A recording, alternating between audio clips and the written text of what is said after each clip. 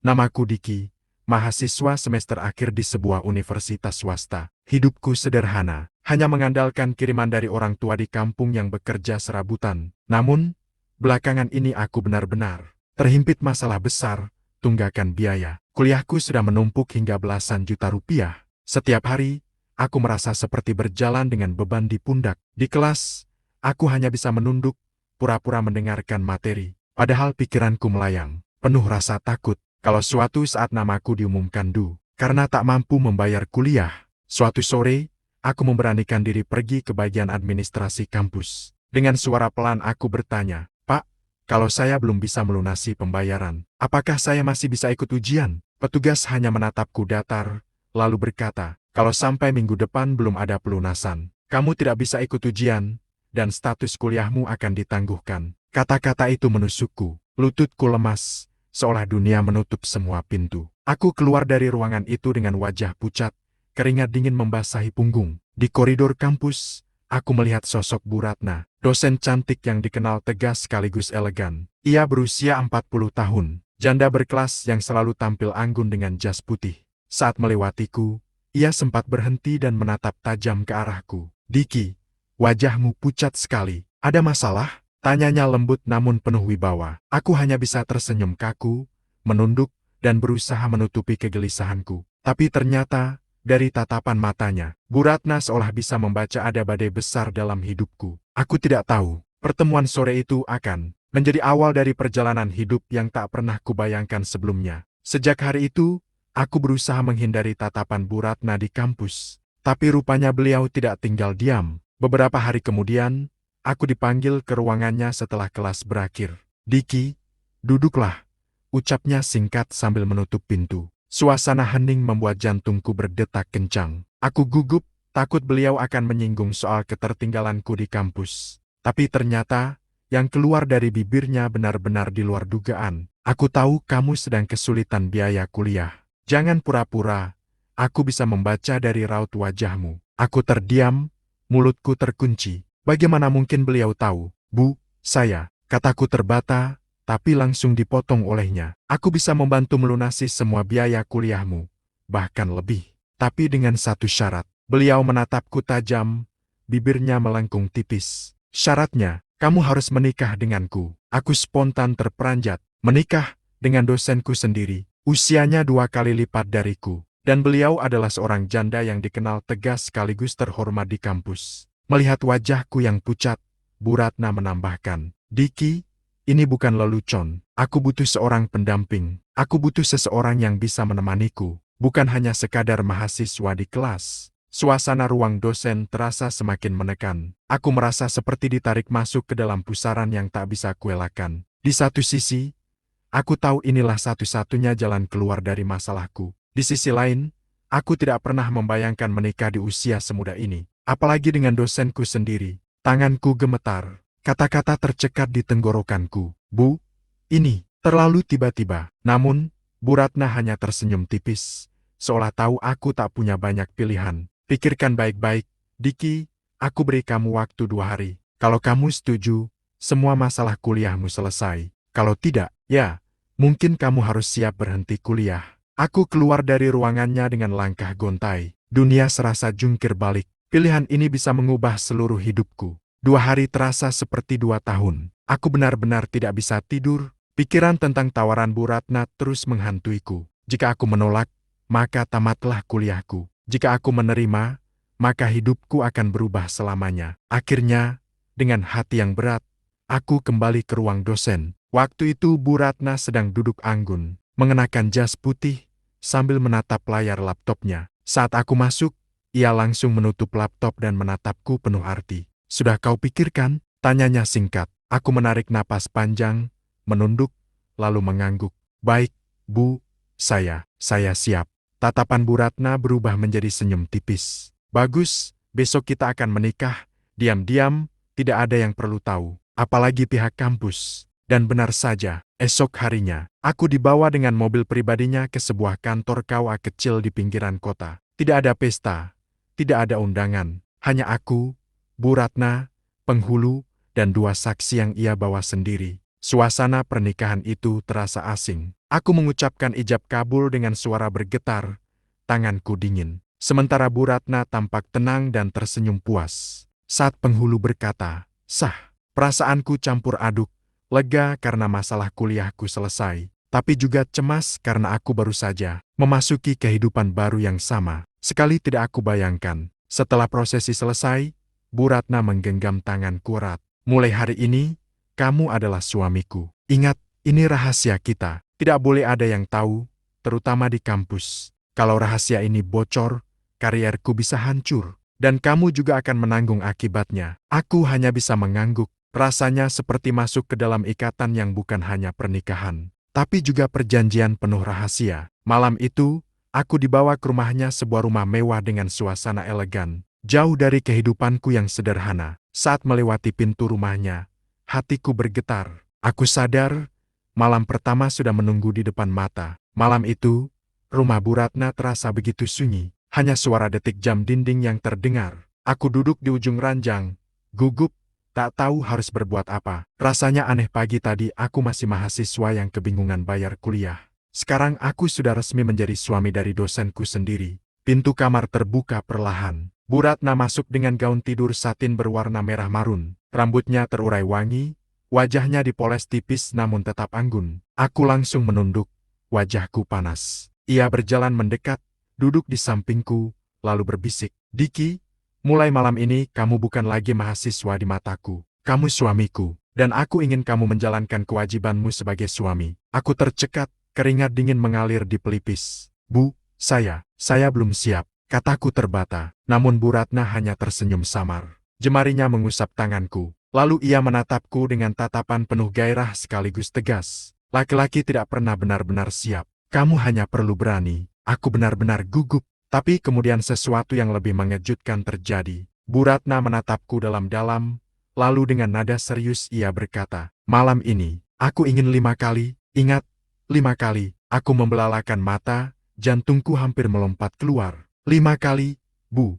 Itu tidak mungkin." Ia terkekeh kecil, lalu mendekat ke telingaku. "Bukan tidak mungkin, kamu akan tahu caranya. Aku sudah terlalu lama sendiri. Diki, aku butuh lebih dari sekadar seorang suami di atas kertas." Aku terdiam, antara takut, terkejut, dan tidak percaya. Malam pertamaku bukan hanya tentang cinta, tapi tentang tuntutan yang jauh di luar dugaanku. Dan benar saja, malam itu menjadi malam paling panjang dalam hidupku. Malam di mana aku sadar, pernikahan ini bukan sekadar kontrak atau solusi masalah kuliah. Ada beban, ada rahasia, dan ada tuntutan yang mungkin tak akan mampu kutanggung sepenuhnya. Pagi hari setelah malam panjang itu, tubuhku masih terasa lelah luar biasa. Aku duduk di teras rumah, menatap langit pagi yang cerah.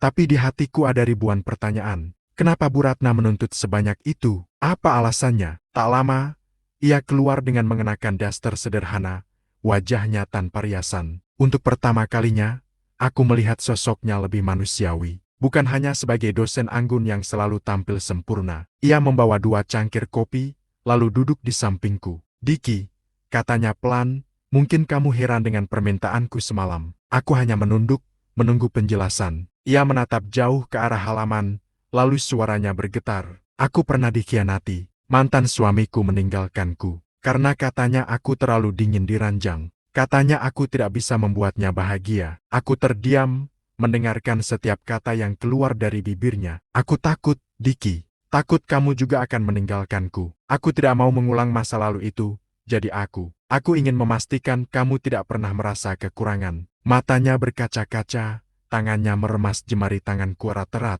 Saat itu, aku benar-benar terkejut. Di balik sosok dosen tegas dan elegan, ternyata ia menyimpan luka yang dalam. Semua permintaan gilanya semalam bukan semata-mata nafsu, tapi sebuah cara untuk menutupi rasa takutnya ditinggalkan lagi. Aku menatapnya, lalu berkata pelan, "Bu, saya bukan orang yang seperti itu. Saya tidak akan meninggalkan ibu hanya karena hal seperti itu." Ia tersenyum tipis, tapi matanya masih berkaca-kaca. "Kamu masih muda, Diki, banyak gadis seusiamu di luar sana. Tapi jika suatu hari kamu berpaling, aku tidak tahu apakah aku sanggup menanggungnya lagi." Untuk pertama kalinya, aku melihat Bu Ratna rapuh.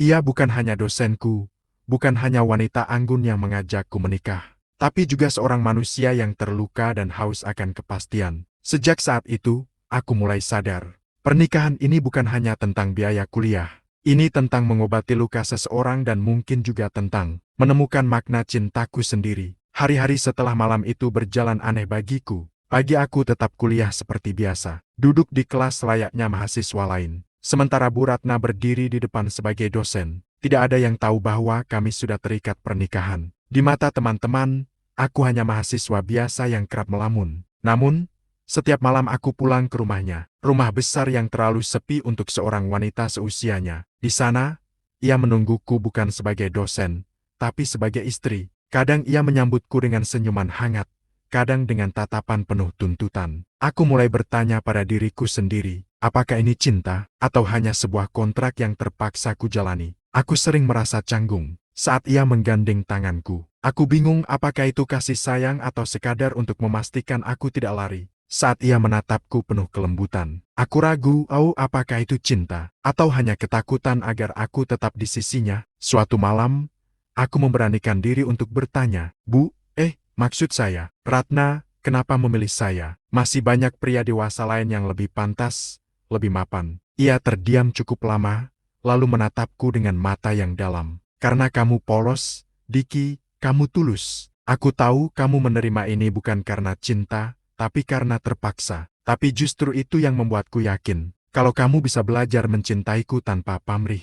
Aku terdiam, hatiku bergetar. Kata-kata itu menyusup ke dadaku, meninggalkan dilema besar. Di satu sisi, aku ingin percaya bahwa cinta bisa tumbuh dari keadaan terpaksa. Di sisi lain, aku takut semua ini hanya akan berakhir sebagai hubungan yang penuh rahasia dan kepura-puraan. Setiap kali aku melihatnya di kelas, berdiri anggun dengan suara tegas, aku sadar, di hadapan mahasiswa lain, ia adalah dosen terhormat. Tapi di balik pintu rumahnya, ia adalah istriku, seorang wanita kesepian yang takut kehilangan. Aku benar-benar bingung, apakah aku sedang jatuh cinta padanya, atau hanya hanyut dalam kontrak yang menjeratku. Semakin lama aku menjalani pernikahan rahasia ini, semakin sulit pula menyembunyikannya. Hubunganku dengan Bu Ratna mulai terlihat berbeda di kampus. Awalnya kecil, aku sering dipanggil lebih lama setelah kelas selesai. Kadang beliau menatapku terlalu lama di depan mahasiswa lain. Ada juga momen ketika beliau tanpa sadar menyebut namaku lebih lembut dibanding mahasiswa lain. Awalnya tak ada yang curiga, tapi lama-kelamaan bisik-bisik mulai terdengar. Lo sadar nggak sih? Bu Ratna kayaknya perhatian banget sama Diki. Iya, tiap kelas pasti ada aja alasan buat manggil dia. Jangan-jangan mereka ada hubungan ya? Gosip itu mulai menyebar. Aku merasakannya setiap kali melangkah di koridor kampus. Tatapan sinis, bisikan di belakang, bahkan ejekan samar. Suatu hari, seorang teman dekatku, Raka, langsung bertanya to the point. Ki, jujur deh, lo ada apa sama Bu Ratna? Gue dengar gosip macem-macem. Jangan bilang lo pacaran sama dia. Aku tercekat, lidahku keluh. Tidak mungkin aku bisa jujur, karena kalau rahasia ini terbongkar, karier Bu Ratna akan hancur dan aku juga bisa dikeluarkan. Jadi aku hanya menggeleng cepat.